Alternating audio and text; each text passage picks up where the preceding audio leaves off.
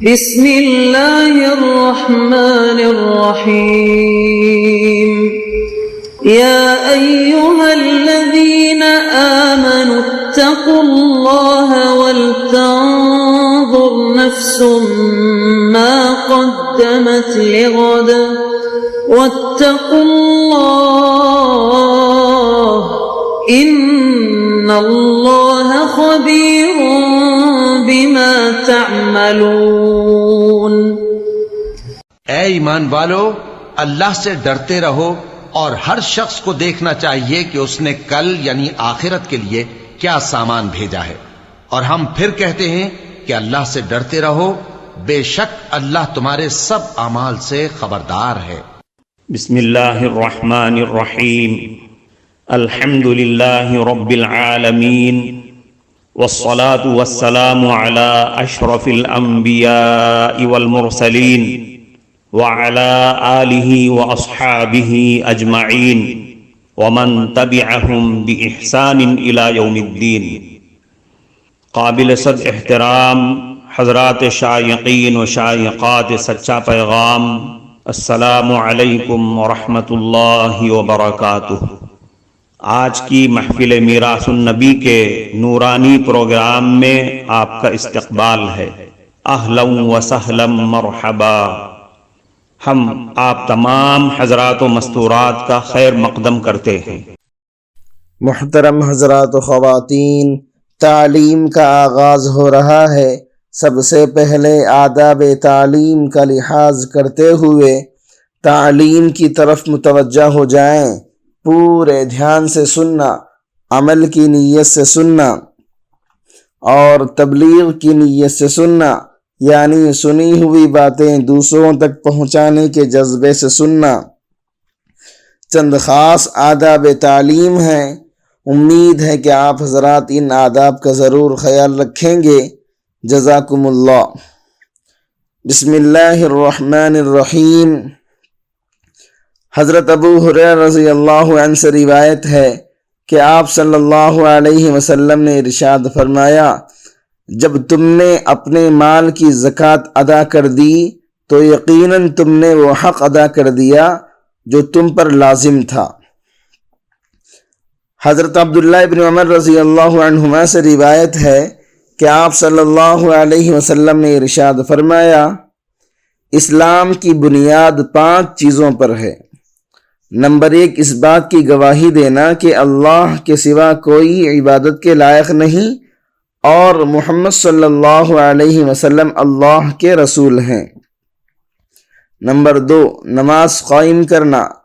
Number 3، زکوٰۃ ادا کرنا۔ نمبر 4، حج کرنا۔ نمبر 5، رمضان کے روزے رکھنا۔ حضرت جابر رضی اللہ عنہ روایت کرتے ہیں کہ نبی کریم صلی اللہ علیہ وسلم نے فرمایا، جب تم نے اپنے مال کی زکوٰۃ ادا کی تو یقیناً تم نے اپنے سے مال کا شر دور کر دیا۔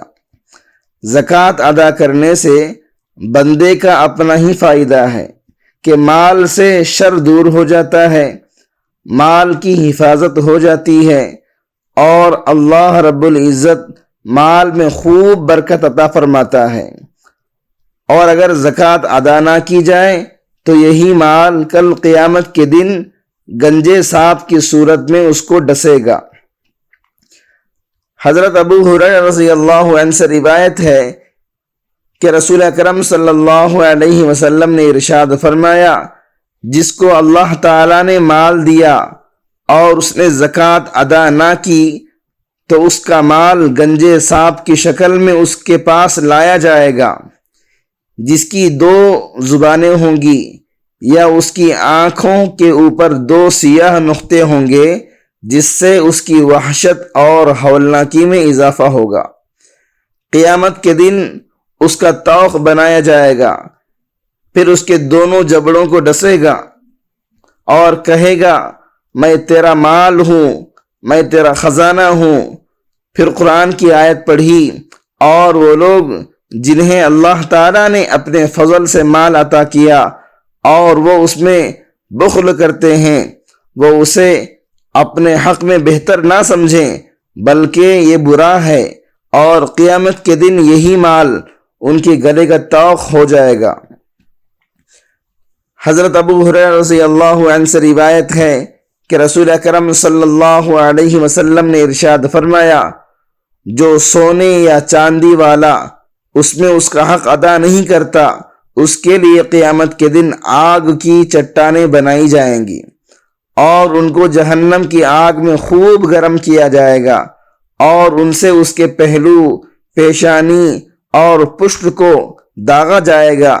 جب وہ ٹھنڈے ہو جائیں گے تو ان کو دوبارہ گرم کیا جائے گا۔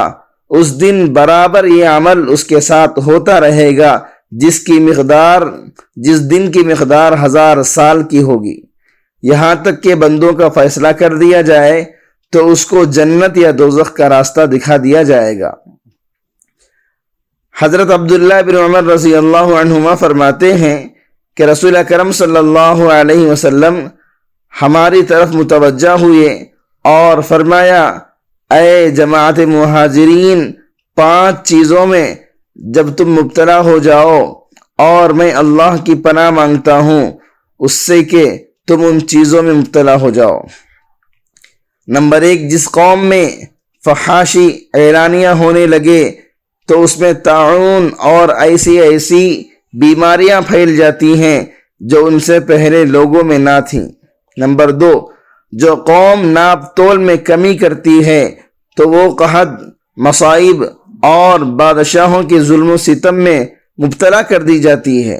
نمبر 3، جب کوئی قوم اپنے اموال کی زکوٰۃ نہیں دیتی تو بارش روک دی جاتی ہے اور اگر چوپائے نہ ہوں تو ان پر کبھی بھی بارش نہ برسے۔ نمبر 4، جو قوم اللہ اور اس کے رسول کے عہد کو توڑتی ہے تو اللہ تعالیٰ غیروں کو ان پر مسلط فرما دیتا ہے جو اس قوم سے عداوت رکھتے ہیں، پھر وہ ان کے اموال چھین لیتے ہیں۔ نمبر 5، جب مسلمان حکمران کتاب اللہ کے مطابق فیصلہ نہیں کرتے بلکہ اللہ تعالیٰ کے نازل کردہ نظام میں مرضی کے کچھ احکام اختیار کر لیتے ہیں اور باقی چھوڑ دیتے ہیں تو اللہ تعالیٰ اس قوم کو خانہ جنگی اور باہمی اختلافات میں مبتلا فرما دیتے ہیں۔ حضرت جریر ابن عبداللہ رضی اللہ عنہ فرماتے ہیں، میں نے نبی اکرم صلی اللہ علیہ وسلم کی بیعت کی، نماز قائم کرنے پر، زکوٰۃ ادا کرنے پر اور ہر مسلمان کے ساتھ خیر خواہی کرنے پر۔ حضرت ابو ذر رضی اللہ عنہ سے مروی ہے کہ ایک مرتبہ میں نبی کریم صلی اللہ علیہ وسلم کی خدمت میں حاضر ہوا تو وہ خانہ کعبہ کے سائے میں تشریف فرما تھے۔ نبی کریم صلی اللہ علیہ وسلم نے فرمایا، ہم الاکثرون ورب الکعبۃ یوم القیامہ، رب کعبہ کی قسم وہ لوگ خسارے میں ہیں۔ میں سوچنے لگا شاید میرے بارے میں کوئی نئی بات ہو گئی ہے، چنانچہ میں نے پوچھا وہ کون لوگ ہیں؟ میرے ماں باپ آپ پر قربان ہوں۔ نبی کریم صلی اللہ علیہ وسلم نے فرمایا، زیادہ مالدار سوائے اس آدمی کے جو اللہ کے بندوں میں اس طرح تقسیم کرے۔ آپ نے اپنے دونوں ہاتھوں کو پھیلایا اور آگے اور بائیں دائیں اشارہ کیا کہ اس طرح ہر طرف کثرت کے ساتھ مال خرچ کرتا رہے۔ پھر فرمایا، اس ذات کی قسم جس کے قبضہ قدرت میں میری جان ہے، جو آدمی بھی مرتے وقت بکریاں، اونٹ یا گائے چھوڑ کر جاتا ہے جس کی اس نے زکوٰۃ ادا نہ کی ہو، وہ قیامت کے دن پہلے سے زیادہ صحت مند ہو کر آئیں گے اور اسے اپنے کھروں سے روندیں گے اور اپنے سینگوں سے ماریں گے، پھر ایک کے بعد دوسرا جانور آتا جائے گا یہاں تک کہ لوگوں کے درمیان فیصلہ کر دیا جائے۔ محترم ناظرین کرام، اس دینی اور ایمانی بیان کو سننے کے دوران ہی اس کو لائک کر دیجئے اور شیئر بھی کر دیجئے تاکہ دوسرے بھی اس سے فائدہ اٹھا سکیں۔ اللہ آپ کو جزائے خیر عطا فرمائے۔ حضرت عائشہ صدیقہ رضی اللہ عنہا سے روایت ہے کہ نبی کریم صلی اللہ علیہ وسلم نے ارشاد فرمایا، 3 چیزیں ایسی ہیں جن پر میں قسم کھا سکتا ہوں۔ ایک تو یہ کہ اللہ تعالیٰ اس آدمی کو جس کا اسلام میں کوئی حصہ ہو اس کی طرح نہیں کرے گا جس کا کوئی حصہ نہ ہو۔ اور اسلام کا حصہ 3 چیزیں ہیں، نماز، روزہ اور زکوٰۃ۔ دوسرے یہ کہ اللہ تعالیٰ دنیا میں جس بندے کا سرپرست بن جائے قیامت کے دن اسے کسی اور کے حوالے نہیں کرے گا۔ اور تیسرے یہ کہ جو شخص کسی قوم سے محبت کرتا ہے اللہ اسے انہی میں شمار فرما دیتا ہے۔ اور ایک چوتھی بات یہ بھی ہے جس پر اگر میں قسم اٹھا لوں تو امید ہے کہ میں اس میں بھی حانث نہیں ہوں گا، اور وہ یہ کہ اللہ تعالیٰ جس بندے کی دنیا میں پردہ پوشی فرماتا ہے تو قیامت کے دن بھی اس کی پردہ پوشی فرمائے گا۔ احنف ابن قیس رحمۃ اللہ علیہ نے بیان کیا کہ میں قریش کی ایک جماعت میں بیٹھا ہوا تھا تو ایک آدمی آیا جس کے بال اور کپڑے پراگندہ تھے، یہاں تک کہ لوگوں کے پاس کھڑا ہو کر اس نے سلام کیا اور کہا، مال جمع کرنے والوں کو خوشخبری دے دو کہ ایک پتھر جہنم کی آگ میں گرم کیا جائے گا، پھر وہ ان کی چھاتی پر رکھا جائے گا جو ان کے مونڈھے کی ہڈی کے پاس سے آر پار ہو کر نکل جائے گا اور وہ پتھر ہلتا رہے گا۔ پھر وہ مڑا اور ایک ستون کے پاس جا بیٹھا، میں بھی اس کے پاس پیچھے گیا اور اس کے پاس بیٹھ گیا، اور میں نہیں جانتا تھا کہ وہ کون ہے۔ میں نے اس سے کہا کہ میں لوگوں کو دیکھتا ہوں کہ وہ اس بات سے ناراض ہوئے جو تم نے کہی۔ اس نے کہا وہ کچھ بھی نہیں سمجھتے، حالانکہ میرے خلیل یعنی دوست نے کہا۔ میں نے پوچھا آپ کے خلیل کون ہیں؟ کہا نبی کریم صلی اللہ علیہ وسلم۔ آپ نے فرمایا اے ابو ذر کیا تم احد پہاڑ کو دیکھتے ہو؟ میں نے آفتاب کو دیکھا کہ دن کا کون سا حصہ باقی رہ گیا ہے، اور میں گمان کرنے لگا شاید رسول اکرم صلی اللہ علیہ وسلم مجھے کسی ضرورت کے لیے بھیجیں گے۔ میں نے کہا ہاں۔ آپ صلی اللہ علیہ وسلم نے فرمایا مجھے پسند نہیں کہ میرے پاس احد پہاڑ کے برابر سونا ہو، اور 3 اشرفیوں کے علاوہ میں کل مال خرچ نہ کروں۔ اور یہ لوگ کچھ بھی نہیں سمجھتے، یہ لوگ دنیا جمع کرتے ہیں اور ان سے دنیا کی کوئی چیز نہیں مانگوں گا اور نہ دین کے متعلق کوئی بات ان سے پوچھوں گا یہاں تک کہ اللہ سے مل جاؤں۔ حضرت عبداللہ ابن شداد ابن الہاد سے روایت ہے کہ ہم زوجہ رسول حضرت عائشہ صدیقہ رضی اللہ عنہا کی خدمت میں حاضر ہوئے۔ انہوں نے فرمایا ایک دن رسول اکرم صلی اللہ علیہ وسلم میرے پاس تشریف لائے۔